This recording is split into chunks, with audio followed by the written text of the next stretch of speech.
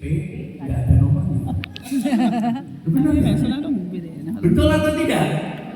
KD kan KD 3.1, 3.2, 3. Dan seterusnya. CP 4.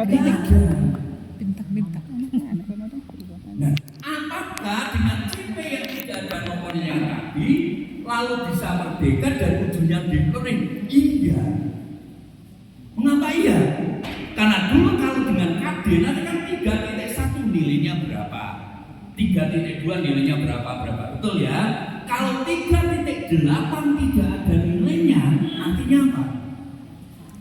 Guru belum mengajarkan, guru berarti belum tuntas, guru salah.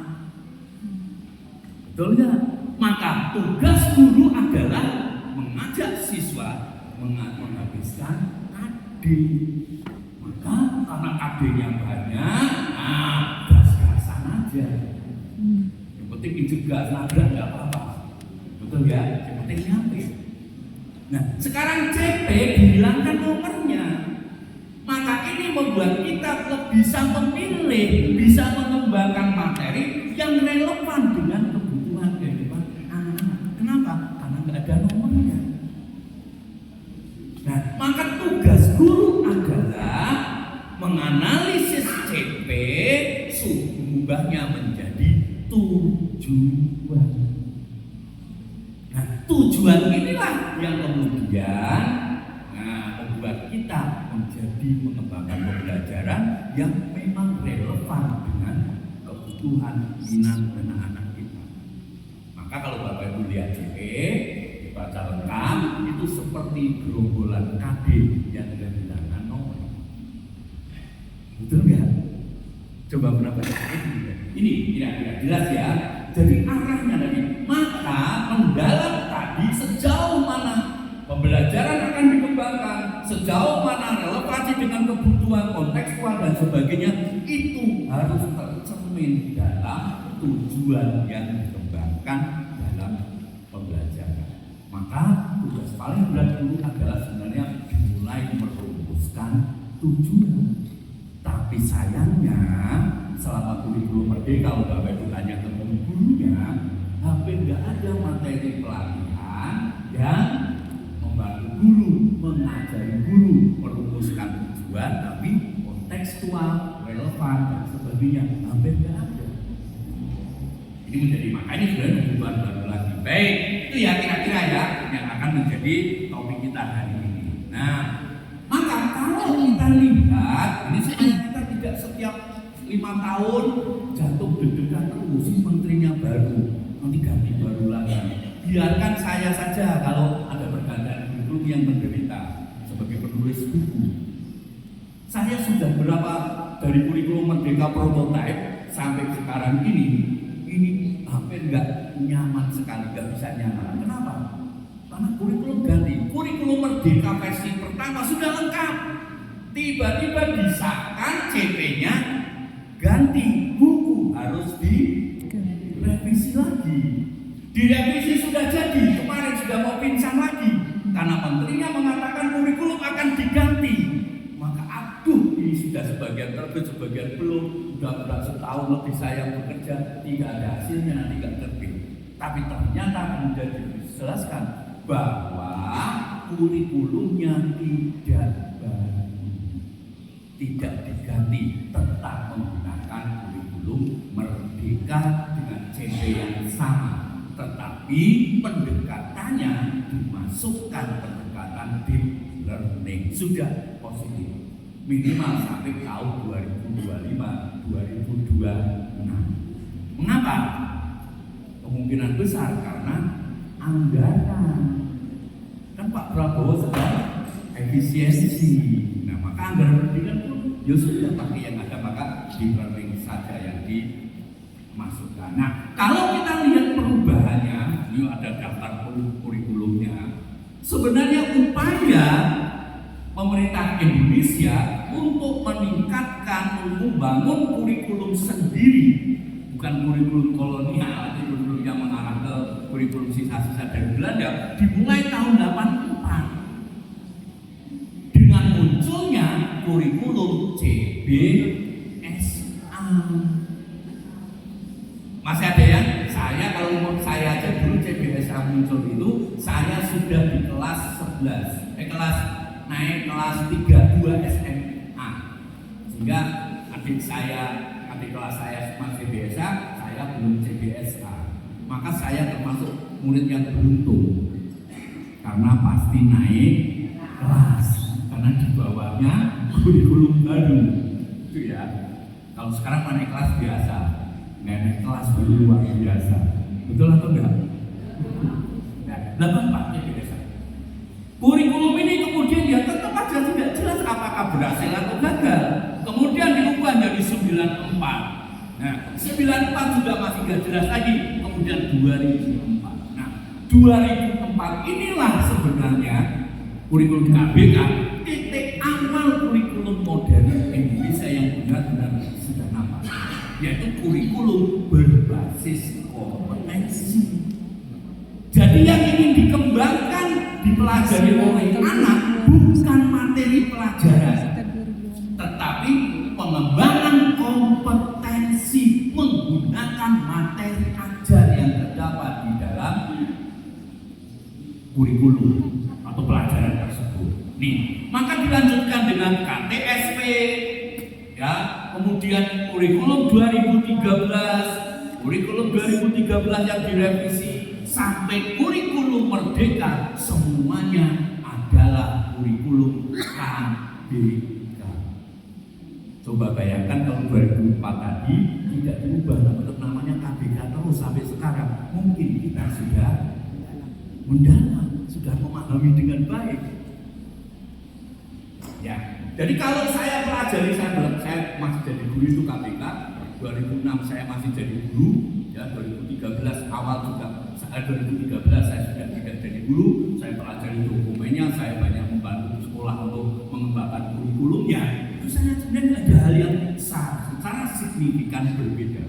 Maka saya berharap hari ini Bapak Ibu Kepala Sekolah, ketika nanti ada implementasi deep learning ini benar-benar dimunculkan, jangan merasa ini barang baru, benar-benar baru, maka mengajak gurunya kembali ke titik nol.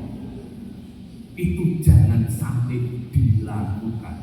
Guru harus mulai diajak untuk melihat sebenarnya apa yang selama ini sudah kita kembangkan, lalu yang ini sebenarnya bisa ditarik ke deep learning. Apa artinya sebenarnya udah deep learning tapi dalam bahasa yang berbeda. Itu ya Bapak Ibu kalian kira. Maka ini yang kita harapkan. Nah, latar belakang tadi Pak Adi sudah menyinggung tentang rapor mutu. Ya kan, rapor mutunya tinggi. Rapor mutu itu diantaranya diperoleh dari mana? Diperoleh dari asesmen nasional. Ya kan, nah, asesmen nasional yang mengarah pengganti ujian nasional adalah AKN. AKN melihat apa? Level atau kemampuan berpikir anak-anak Indonesia, yaitu literasi dan numerasi. Nah, kalau dilihat dari tes internasional sampai hari ini, kemampuan anak Indonesia berpikirnya itu masih rendah. Ini yang menjadi keprihatinan ahli-ahli pendidikan, terutama Menteri Pendidikan yang ada mulai dari KPK. Maka kurikulum kemudian diubah, diarahkan untuk melatih anak atau mendidik anak untuk meningkatkan level berpikirnya. Dan itu makna Pak jelas di kurikulum merdeka dan akan semakin jelas lagi di deep learning.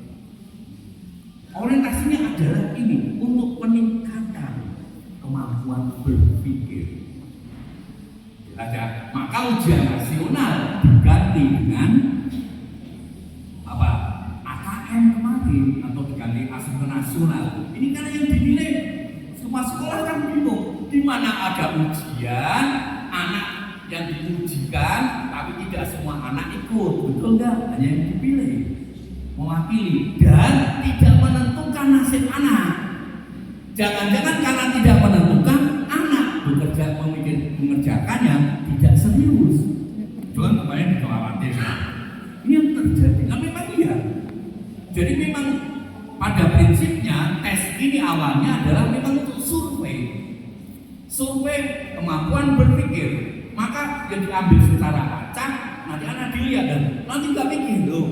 Mau mikir seperti apapun, kalau kemampuan anak masih di level 1, ya pasti dia tidak akan bisa mengerjakan soal level 2 dan level 3 karena kemampuan berpikirnya tidak bisa.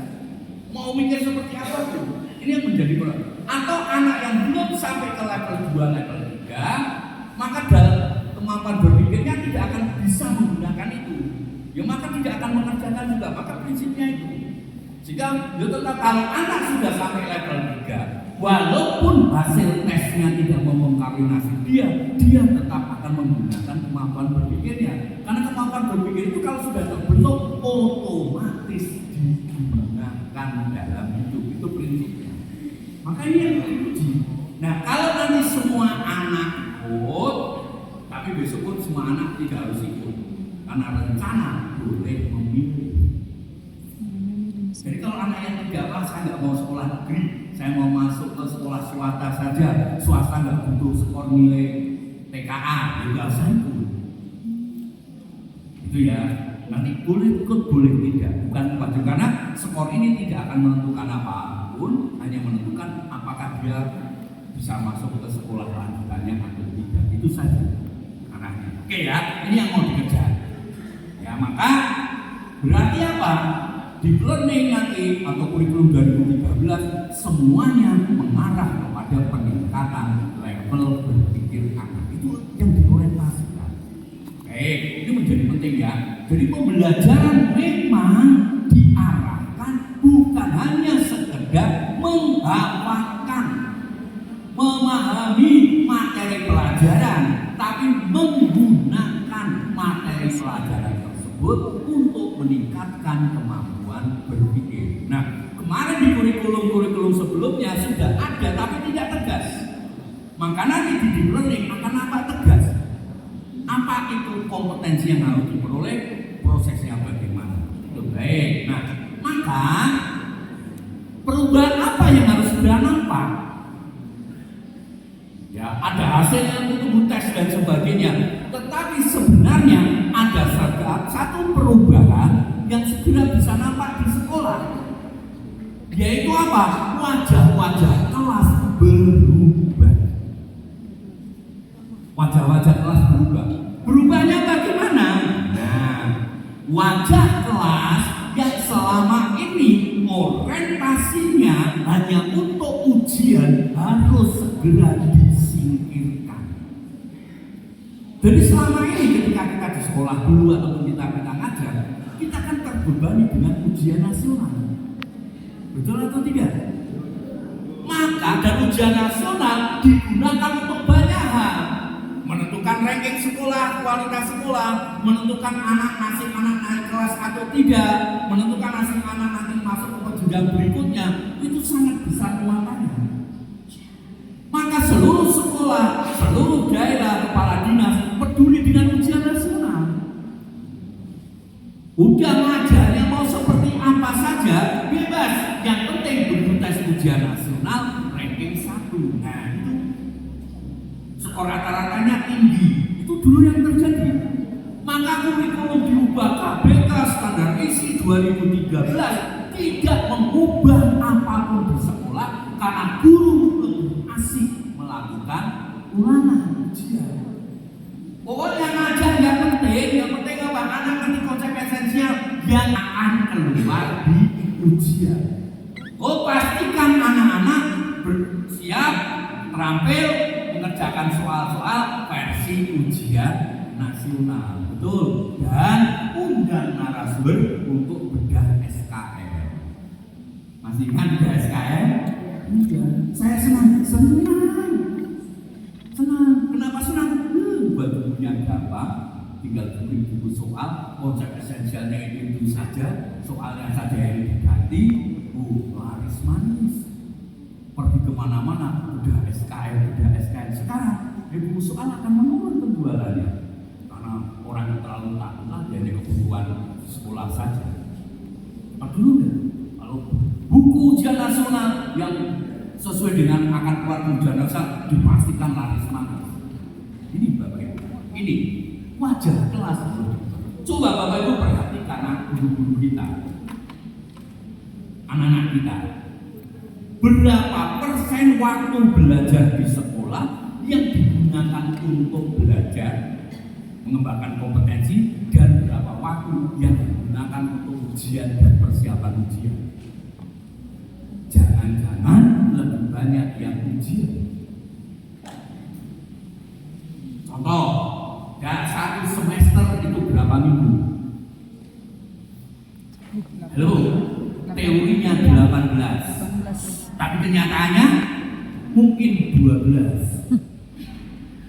Ujian dengan semester, nggak ada pesta, nggak ada perayaan, nggak ada lebaran dan sebagainya. 12. Tapi ada ujian nasional, libur dan sebagainya.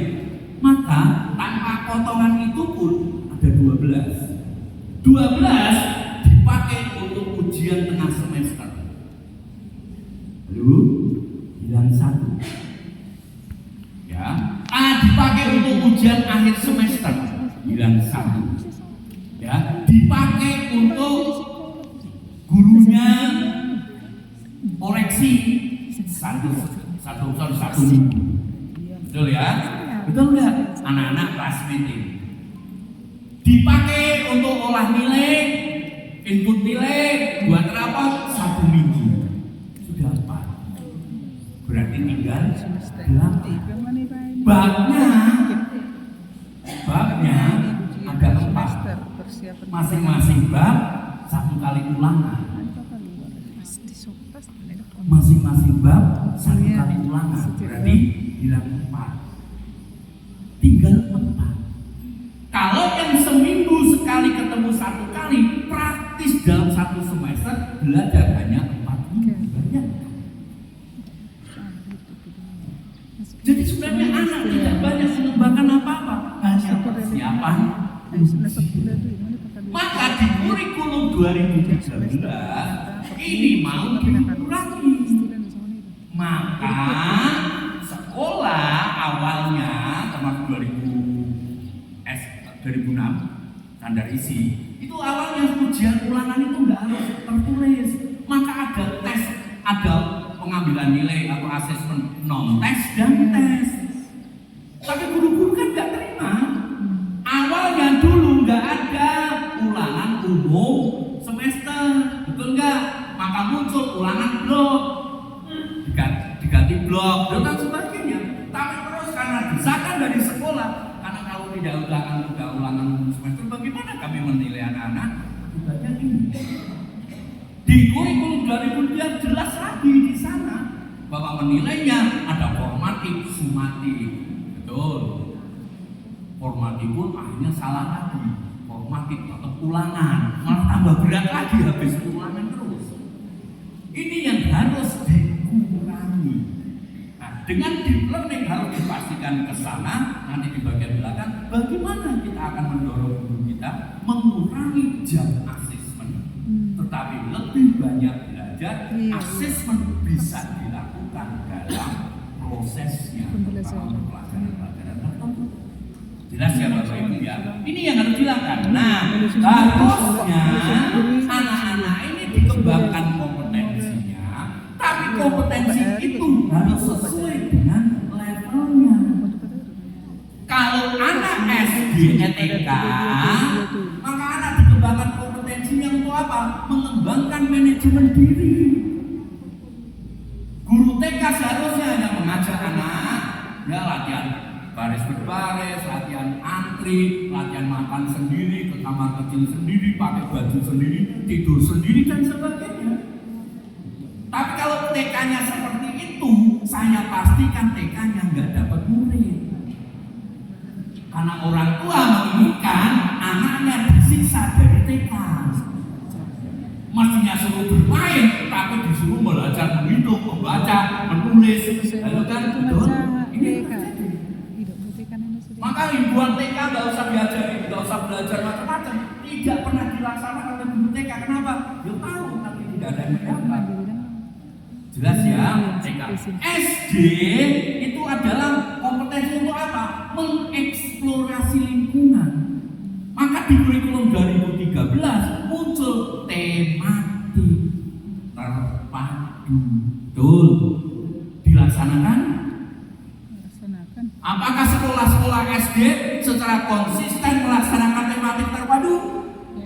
Tidak.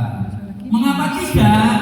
Karena kurikulumnya juga tidak konsisten. Rantai belajarnya tema-tema, nilainya mapel. Ayo bingung. Daripada pusing, ya sudah, lebih baik kembali ke mapel. Buku tematik terpadu dikirim atau diberi, dimasukkan lemari, dikunci. Guru kembali menggunakan buku mapel. Kalau buku mapel nggak ada, pakai buku pena. Maka seluruh Indonesia tiba-tiba buku tematik yang berganti dengan buku pena. Yang terjadi itu. Ini Naga itu paling cerdas itu melihat peluang. Jadi ada permasalahan apa ini? Oh, permasalahan ini berarti butuh ini. Maka diberi layanan mudah lagi, maka orang akan berubah. Ini ya Bapak Ibu ya.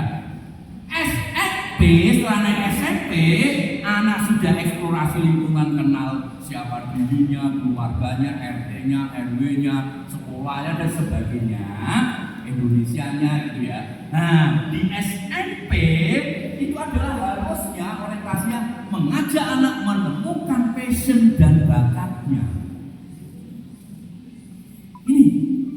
Jadi guru-guru SMP itu adalah bagaimana mendorong anak menggali potensi yang di dirinya.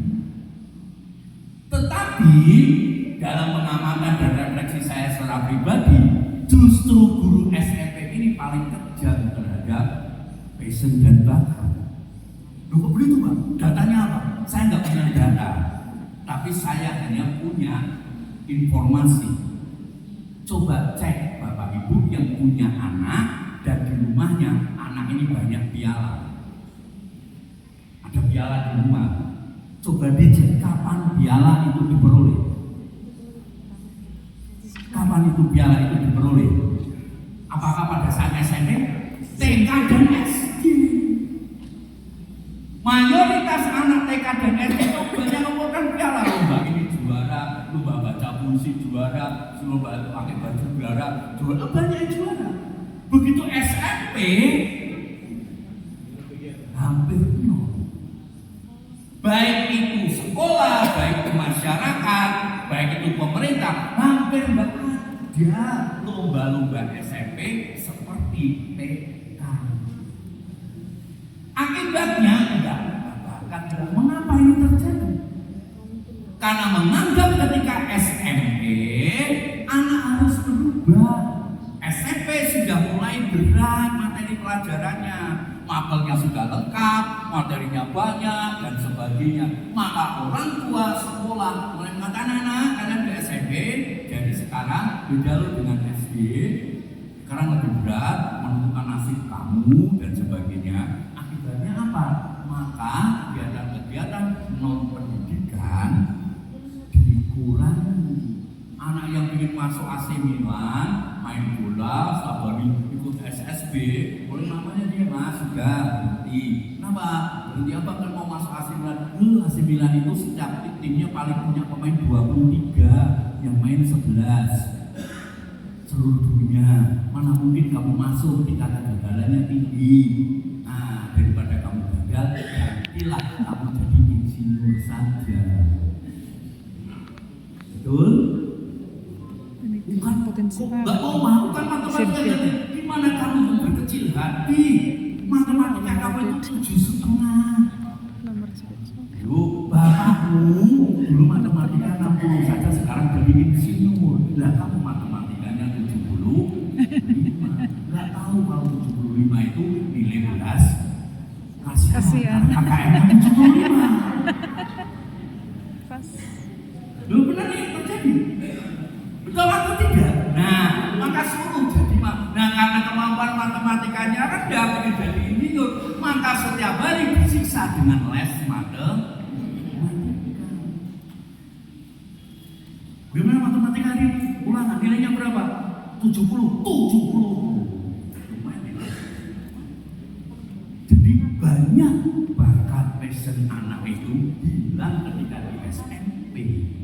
Kenapa? Karena SMP sudah mulai menuju ke masa depan tadi harapannya. Itu maka rohnya SMP lebih heboh dari SD. Kalau SD mungkin masih cari-cari ya lomba ini, ya kan lomba nari-nari mengajari, lomba mewarnai, lomba. Kalau di SMP harusnya lombanya lebih jauh itu. Kalau mau seni rupa, ya mungkin bisa mulai lomba melukis, lomba membuat desain, lomba buat patung, logo dan sebagainya. Banyak. Tapi nggak ada yang mau menyelenggarakan itu untuk anak SMP. Lalu saya ada Pak Kepala Dinas ini. Kalau ada Pak Kepala Dinas, supaya Pak Kepala Dinas ujian Pak Kris, maka mulai tahun ini kita akan anggarkan berbagai macam lomba untuk anak SMP. Karena ini tidak semua anak harus masuk kelompok A pinter. Tidak harus untuk mapel tertentu. Apa standarnya anak pinter? Kan kalau di matematikanya jago, IPA IPS-nya jago, bahasa Inggrisnya jago, kan itu. Kalau ada anak yang jago main voli, apakah masa depannya suram? Ya tidak. Suram. Ini bisa dikembangkan lagi ya. Harus mulai. Masa kerja ini pembelajaran juga akan kerjanya tuh dia. jelas ya Bapak Ibu ya. Jadi SMP harusnya Bapak Ibu punya sekolah peduli dengan riset dan bakat anak. Jangan semua masukkan kelompok calon di sini. Tidak semuanya akan ya, apalagi kalau di Sumatera Utara ini, mungkin menurut saya lebih banyak pengacara daripada insinyur di Jakarta. Betul ya? Ya kenapa? Ya karena itu bahasanya ke sana. Ya. Maka mungkin diadakan dari awal yang pengen jadi alumni harus diadakan lomba debat secara reguler, lomba debat supaya anak-anak itu didorong yang senang berdebat tadi makin mempelajari banyak hal karena topik-topik perdebatan akan menjadi kuat kalau dia punya banyak pengetahuan itu Bapak Ibu lomba debat. Oke ya, ketika masuk SMA anak harus mulai merancang karir masa depannya. Nah kalau di SMP juga nggak tahu, SMA nggak tahu, maka ketika nanti lulus SMA ditanya, Bang mau kuliah di mana nanti? Nggak tahu, lu kok nggak tahu? Ya terserah mama aja. Banyak anak SMA yang ditanya mau kuliah di mana, itu terserah mama. Jelas ya? Ini perubahannya.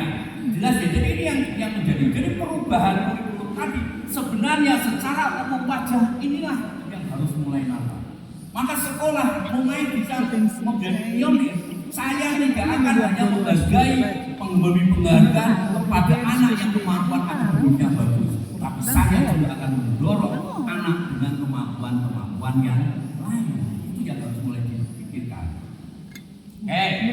Nah, maka arah ini sebenarnya kalau saya mulai pelajari akan semakin tegas kalau menggunakan penerapan deep learning atau pembelajaran mendalam. Yaitu apa? Ini adalah pembelajaran merupakan pendekatan pembelajaran yang memuliakan. Jadi anak itu jadi mulia. Karena mulia semua anak mulia, maka tidak boleh yang menganggap ada anak bodoh. Gak boleh ada yang mengatakan anak bodoh. Mungkin dia tidak bisa matematika, iya, tetapi dia tidak bodoh di bidang yang lain. Semua anak punya kompetensi bakat yang berbeda-beda. Kalau dulu kan nggak pokoknya semua anak itu matematikanya harus jago, bahasa Inggrisnya harus jago, semuanya jago.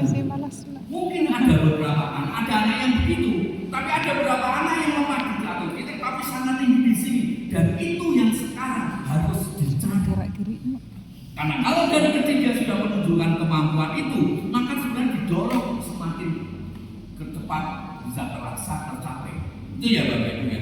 Nah, menekankan kepada apa? Suasana belajar dan proses pembelajaran yang membangun kesadaran. Tidak boleh autopilot. Selama ini saya juga sebagai siswa atau sebagai guru merasa memang iya ketika mengajar autopilot. Pak, mengapa ini dipelajari? Yuk karena keluar di ujian. Di SMA dulu itu ada ketika saya masih jadi guru, ya.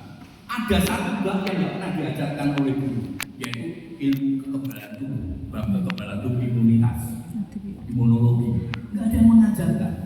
Mengapa yang nggak ada yang mengajarkan? Karena letaknya di bab terakhir dan tidak keluar ujian. Nggak ada yang ngajarin. Tapi begitu di ujian keluar satu soal imunologi, besoknya geger seluruh guru. Tiba-tiba saya diundang ke sana kemari karena kebetulan saya lagi kuliah di biomedik, belajar imunologi. Tiba-tiba diundang kemana-mana untuk menjelaskan satu bab imunologi. Ini autopilot. Bahkan kalau ada nanya, Pak, saya nanya ini, nggak usah dijelaskan lebih lanjut. Kenapa? Nggak keluar di ujian. Nah, ini yang harus segera disingkirkan. Anak harus membangun diajak membangun kesadaran. Oh, ketika mempelajari sesuatu, anak harus tahu mengapa saya harus mempelajari ini. Iya. Maka di kurikulum Merdeka, guru sebenarnya diminta ke sana. Maka dulu guru di kurikulum Merdeka sekarang, kalau bukan dulu, itu kan diminta membuat pertanyaan pemantik. Betul atau tidak? Iya. Pertanyaan pemantik, tapi yang muncul kebanyakan menjadi pertanyaan penyulit. Nanti saya tunjukkan. Jadi tiga relevan. Yang kedua, Itu tujuannya termolki ini. bermakna. Berkesadaran dan bermakna ini membuat pembelajaran itu harus relevan kontekstual dengan kebutuhannya. Selama tidak merasa membutuhkan itu, anak pasti tidak akan belajar. Tidak mau belajar. Contoh, saya berikan contoh, misalnya ada seorang guru matematika mengajar statistika. Contoh paling gampang adalah statistika. Kalau guru hanya mengatakan, pokoknya dong, mari kita lanjutkan bab statistika. Oh, statistika adalah, mari kita belajar modus median mean dan seterusnya. Hanya itu yang diajarkan sebelum itu. Dan ngapain pusing? Sebenarnya di bagian belakang ini akan otomatis bisa digerakkan ketika di awal dengan pertanyaan pemantiknya itu menjadi menarik, relevan. Tapi pertanyaan pemantiknya saya lihat, apakah kalian tahu tentang modus? Nah, itu berarti pertanyaan penyulit. Belum diajarkan kok ditanya. Nah, supaya memantik berarti apa? Nah, anak-anak, misalnya, tolong perhatikan gambar berikut ini. Tampilkan foto. Misalnya, mana itu? Waterfront. Ya, itu ada pagi hari Minggu penuh mobil. Lalu difoto lah sambil nonton, sambil makan sama dengerin musik di depannya. 2 kali diajak ke situ masalahnya saya. Nah, sudah difoto. Setelah difoto, coba perhatikan gambar berikut ini. Apa yang kalian bisa simpulkan? Ada mobil penuh sampai nggak bisa lewat kemana-mana itu. Apa kesimpulannya? Oh, itu hari Minggu berarti sangat penuh, padat, kacau. Cuma itu kesimpulannya. Betul atau tidak?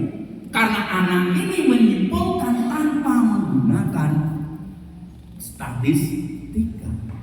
Tapi kalau kemudian foto tapi dilengkapi, setelah disurvei ternyata mobil yang ada di situ 70% adalah Toyota atau bahkan mungkin 80% Toyota, 10%-nya adalah Honda, 5%-nya adalah Suzuki, 5%-nya lain-lain. Beda? Maka begitu melihat gerombolan mobil di Samosir, kemudian datanya itu, maka kesimpulannya berbeda. Oh, ternyata mayoritas atau tamu yang datang ke Samosir adalah menggunakan mobil Toyota. Maka kalau saya akan membeli mobil supaya tidak menderita, banyak temannya belilah Toyota. Oh, kalau saya ingin beli jualan mobil, punya bikin showroom mobil, berarti yang ditampung adalah embel-embel tujuan. ini sudah menggunakan data statistika. Cukup kalau anak itu atau orang itu pengen jadi pedagang, ya cukup sampai situ selesai statistika. Tapi kalau dia ingin berkembang jadi peneliti, maka ya tidak cukup. Dia harus belajar tentang misalnya normalitas data, betul nggak? Sampai uji hipotesis, itu kalau yang salah. Tapi kalau yang tidak cukup, ini yang harus dimakan. Oh, ternyata ilmu statistika itu digunakan dalam kehidupan sehari-hari kita. Maka anak itu akan belajar statistika. Loh, kalau anak butuhnya hanya sampai media modus, ya sudah. Anak sudah sampai begini. Kalau dia jadi tukang punya kedai kopi, dia sudah tahu modus kopi, jenis kopi yang dijual adalah, terbesar adalah misalnya kopi susu gula aren. Itu misalnya. Ya sudah, yang lain modusnya. Maka yang disiarkan ya kopi susu gula aren. Tapi kalau pedagang itu saya ingin menjual yang lain supaya naik, maka bikin promo. Oh, saya biar orang-orang Samosir ini menikmati kopi dengan benar, maka saya akan didik supaya minumnya adalah americano tanpa gula. Tuh misalnya, ya maka promo. Oh, untuk hari ini kalau beli americano 10.000, harganya mestinya 15.000, dijual 10.000, promo, dan mendapat 1 buah roti, harganya 10.000. Atau harganya 15.000. Yakin orang mau beli kapal kopi americano? Iya. Jangan-jangan banyak yang beli kopi. Saya beli 3 kali, tapi kopinya nggak diminum, rotinya dibawa pulang. Karena lebih mahal. Jelas ya. Itu salah lagi dalam pengambilan keputusan tadi kan. Statistika. Inilah yang disebut sebagai pertanyaan pemantik yang merangsang anak menjadikan sesuatu yang akan belajar relevan dulu. Nah, kalau sudah kalau itu saya nanti kalau jadi pedagang, saya mau jadi ahli statistika, saya mau bergerak di bidang apapun, pasti akan belajar statistika. Tinggal lanjut. Nah, nanti di dalam prosesnya kalau anak yang bisanya hanya hitung rata-rata, ya sudah, bukan dianggap kamu bodoh. Dia tetap sudah mengerti statistika, yaitu dia sudah paham sampai menghitung modus, median, dan min. Cukup. Nilainya berapa? Nah, harusnya kurikulum ini awalnya nggak akan ada nilainya. Kalau nggak ada nilainya gampang, tinggal itu. Tapi karena tetap harus ada nilai, karena harus ada 3 tujuan yang tercapai, tapi hanya mendapatkan 1 nilai yang bagus, maka nilainya 40. Lalu gimana? Nggak bisa Pak, kasihan anak. Nah, ini menjadi persoalan. Mestinya tidak. Anak mendapat nilai 40, ya silakan 40, bukan hukuman. Karena kemampuan mereka hanya 40 dari tujuan. Tapi jelas 40 itu apa yang dikuasai. Kalau ada pekerjaan yang membutuhkan hanya kemampuan modus, median, dan min, yuk ambil ini. Bayarannya mungkin lebih rendah, tapi kerjaannya bagus. Daripada yang statistiknya tinggi, tapi tetap aja ngitungnya ada modus, median, min, kan sia-sia misalnya begitu. Jelas ya Bapak Ibu ya? Ini kira-kira. Dan kalau pembelajaran sudah relevan tadi, berkesadaran dan bermakna tadi, maka otomatis akan jadi menggembirakan. Ini biasa berkesadaran disebut sebagai mindful, bermakna itu meaningful, dan nah ini otomatis menggembirakan. Maka guru tidak usah mikir-mikir hiburan, karena di dalam kurikulum Merdeka pengamatan saya menunjukkan guru terlalu memikirkan hiburan untuk murid. Maka guru kadang-kadang nggak mikir pelajarannya, mikir ice breakingnya. Betul atau tidak? Iya. Bahaya lagi nanti di learning kalau tidak benar, tidak boleh diluruskan. Joyful, menggembirakan itu otomatis muncul tanpa perlu hiburan. Ya, kalau yang sebelum hiburan akan dibilang joyful. Kalau bapak-bapak dan kita ini dia punya hiburan terus. Oke, asal ulang kita terus. Nonton, mancing, Itu benih dia nih. Saya mau lulus pertama dikasih garuk PPR sudah mulai bukan gue. Belum lulus terakhir mau sendiri. Iya itu. Tapi kalau yang di rumahnya dipeting, mau keluar aja aku males banget gitu ya. Bahagia, enak. Jelas ya? Sama. Mengapa guru-guru memikirkan hiburan untuk anak-anak? Karena gurunya sadar pelajarannya membosankan. Mengapa membosankan? Gurunya merasa sadar membosankan karena belajarnya masih akan ceramah. Anak sekarang nggak mau diceramahi. Anak sekarang jadi ini sekarang hanya mau mempelajari sesuatu yang sesuai dengan kebutuhannya. Maka kalau diceramahi dulu ya, kalau saya diceramahi mau tuh gurunya bawa pentungan. Betul nggak? Nggak nurut di pentung. Sekarang ada yang berani bawa pentungan? Nggak ada. Maka nggak nurut. Maka gurunya berceramah, muridnya ribut. Oh, muridku sudah bosan. Saya sekarang menggunakan kata murid. Karena apa? Karena Mas Pak Menteri sekarang ini walaupun dia orang Muhammadiyah, tapi dia tahu Alkitab. Iya. Jadi menyebutnya itu murid bukan siswa. Kan nggak ada. Tiga siswa Yesus itu nggak ada. Adanya murid Yesus. Maka sekarang menggunakan istilahnya murid. Ya, jadi keren ya. Murid menggunakan istilah Alkitab. Nggak ada siswa. Apalagi tiga siswa Yesus nggak ada. Murid Yesus. Jadi murid ini bosan, maka dihibur. Maka anak sudah bosan ya. Mari kita hiburan dulu. Mari kita berdiri nyanyi sambil bergerak. Oke, aku sambil tepuk tangan. Oke, dulu lagi, ngomong lagi, rame lagi, hiburan lagi. Nah, mari kita berdiri, geser ke kiri keluar dari bangku. Mari gurunya mutar video musik. Terus suruh ikuti geraknya.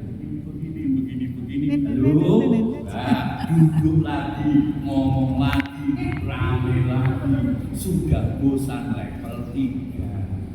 Hiburannya juga harus level 3. Nah, mari kita berdiri, geser ke kiri, ke kanan, geser meja dan kursinya ke tepi.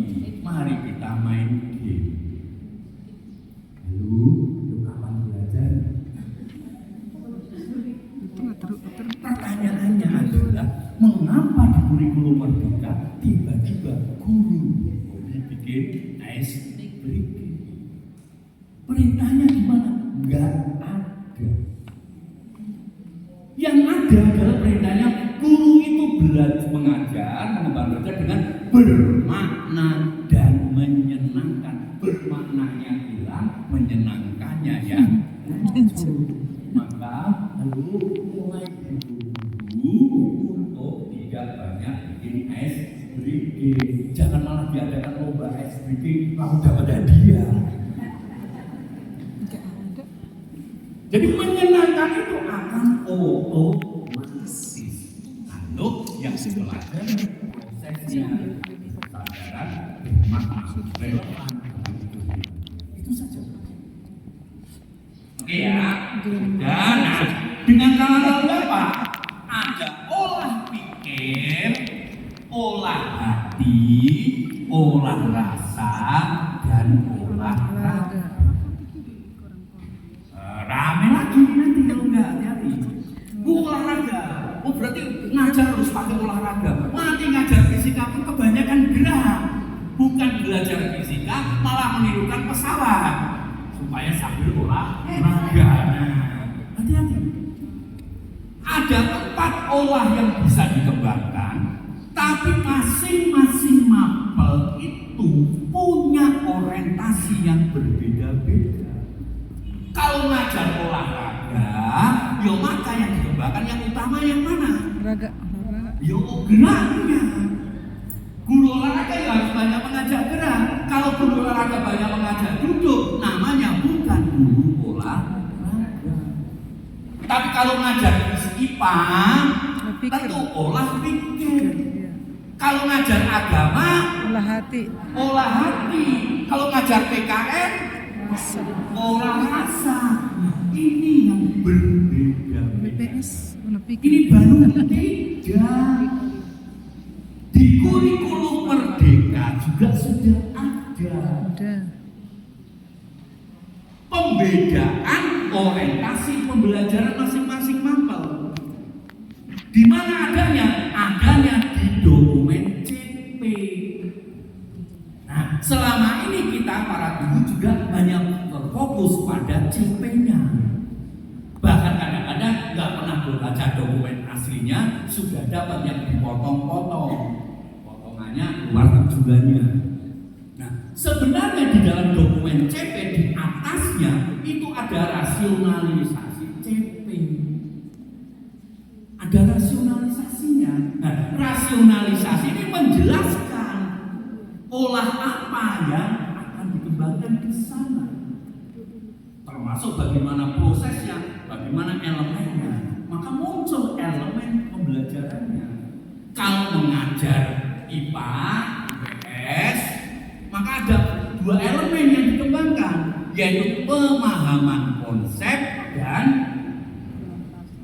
keterampilan prosesnya. Kalau mengajar bahasa, ada 4 elemen yang dikembangkan, yaitu apa? Misalnya 1. Membaca, 2. Mendengar atau menyimak, 3. Menulis, dan 4. Berbicara. Untuk apa? Berkomunikasi. Maka mengajar bahasa berarti apa? Melatih anak berkomunikasi. Jangan mengajar bahasa, nggak pernah melatih komunikasi. Hasilnya seperti saya.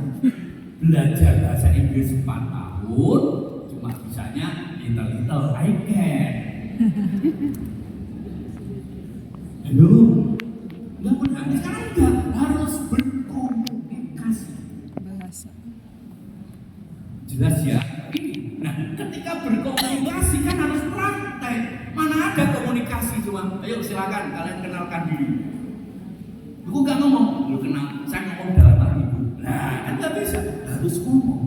Maka ketika dia ngomong dinilai, berbicara dinilai, apakah nilainya harus ulangan? Ya tidak. Oh, ketika anak suruh mengamati benda, kemudian deskripsikan benda itu dalam sebuah paragraf, dikumpulkan, apakah ulangan? Tidak. Lupakan harus belajar struktur kalimat, harus belajar apalagi tata bahasa. Itu muncul di dalam dia berkomunikasi. Kalau saya ngomong saya gua gitu, langsung nggak boleh berkomunikasi. Terus harus bilang saya. Itu ya, misalnya dan sebagainya. Itu bisa muncul di laksana. Jadi ketika mempelajari teori bahasanya, tata bahasanya, itu tidak dipelajari terpisah, tapi digunakan dalam komunikasi. Maka mungkin guru bahasa Indonesia menjadi nggak pernah ulangan, karena seluruh proses dinilai dalam dia berkomunikasi. Jelas ya, nanti ada dan sebagainya. Itu kira-kira. Maka saran saya, setiap guru diminta membuka dokumen CP. Kalau belum punya, download, lalu lihat apa bunyi rasionalisasinya. Terus suruh presentasi di depan kepala sekolah. Lalu setelah tahu paham tentang rasionalisasinya, suruh ngecek apakah pembelajarannya sudah sesuai dengan rasionalisasi tersebut. Ini berbeda dengan kurikulum sebelumnya. Tahun berapa ya? Ada 5M itu kurikulum berapa? 2013 ya? 13. 5M. Dulu semua pelajaran itu pendekatannya 5M. Mengamati, namanya scientific, mengamati, menganyam, mengeksplorasi, mengasosiasi, mengkomunikasikan. Ini pun bahaya. Karena scientific itu metode khusus IPA dan IPS. Tapi paling banyak di IPA. Nah, begitu diterapkan di matematika, ya bingung matematikanya. Nggak cocok. Masuk belajar matematika harus mengamati. Apa harus mengamati? Anak-anak, mari kita belajar bangun datar. Silakan pergi ke sekitar sekolah, berkelompok, amati bangun datar, cara cirinya diskusikan presentasi. Begitu presentasi yang dinilai cara presentasinya, yaitu bukan kompetensi matematika, maka menjadi tidak pas. Saya ini harus diterapkan dengan yang sesuai dengan orientasi maternya juga. Matematika itu prinsipnya adalah melatih anak untuk menyelesaikan masalah, betul nggak? Dengan angka. Maka matematika harus ikut teori pegadaian. Harus ikut teori pegadaian. Apa teori pegadaian? Menyelesaikan masalah.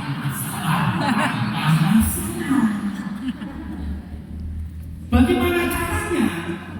Caranya adalah anak harus mempelajari dulu, memahami dulu, menguasai caranya, baru diberi masalah. Maka untuk bisa memahaminya tadi, matematika masih sama. Kalau persamaan kuadrat, nggak usah sejarah persamaan kuadrat kelamaan. Ya sudah, persamaan kuadrat itu apa? Oh, ada X, ada Y, ada X, kuadrat, nanti ada angkanya, di sini mana variabel, mana itu sudah. Nah, terus gimana sih menyelesaikannya kalau kita mencari nilai X-nya berapa? Oh, baru dengan mencari angkanya. Cara mencari angkanya bagaimana sih? Bisa pakai rumus, bisa pakai faktoran, terusnya. Tapi saya paham juga. Kerjakan 10. X-nya diganti dong. Apakah diskusi? Enggak usah. Bertele-tele kalau diskusi. Nanti yang terjadi enggak belajar semua. Bentuk kelompok 5 orang, pasti yang mengerjakan mayoritas adalah dari 1 orang, 2 orang yang pintar. Kalau yang bisa mengerjakan tadi anaknya penurut, malah dibully sama temannya. Belum kerjakan, awas kalau salah. Nah, gitu dibully. Belum selesai nyalain semua. Kalau yang kebetulan yang bisa itu adalah premannya, malah bahaya lagi. Ini saya kerjakan, tapi lo beliin apa? Kamu beliin apa saya? Oh, hashtag, beli apa? Some, beli apa lagi? Nah sudah, maka setiap ada tugas di matematika, perutnya dan bisa terjadi. Lebih baik 10 dikerjakan, gurunya memantau. Bawa ballpoint atau spidol merah, bagus, bagus, pintar lanjut, gitu kan? Bapak, sama jelaskan, benar. Bapak pulang tidur aja dari sini. Sambil diomelin, udah diajari lagi. Ini loh caranya begini, paham? Kerjakan. Saya ini jauh lebih bermakna daripada diskusi. Dari matematika tidak ada solo diskusi.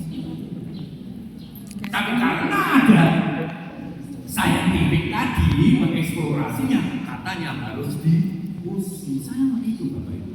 Setelah selesai, ini kalau di kurikulum merdeka namanya guru keliling sambil ngecek, itu namanya asesmen forum. Formatif itu. Guru sambilnya, oh anak ini sudah bisa, ini belum. Guru setelah keliling, ternyata yang bisa hanya 3 orang. Apakah tugasnya dilanjutkan? Yo tidak ada. Lebih baik segera saja kalau kamu maju kerjakan. Nah, sambil dikerjakan, sambil menjelaskan. Atau nanti kita kalian, maka ini akan mempercepat. Inilah yang dirasakan dari matematika, sehingga semua anak bisa persamaan kuadrat, baru kasih permasalahan.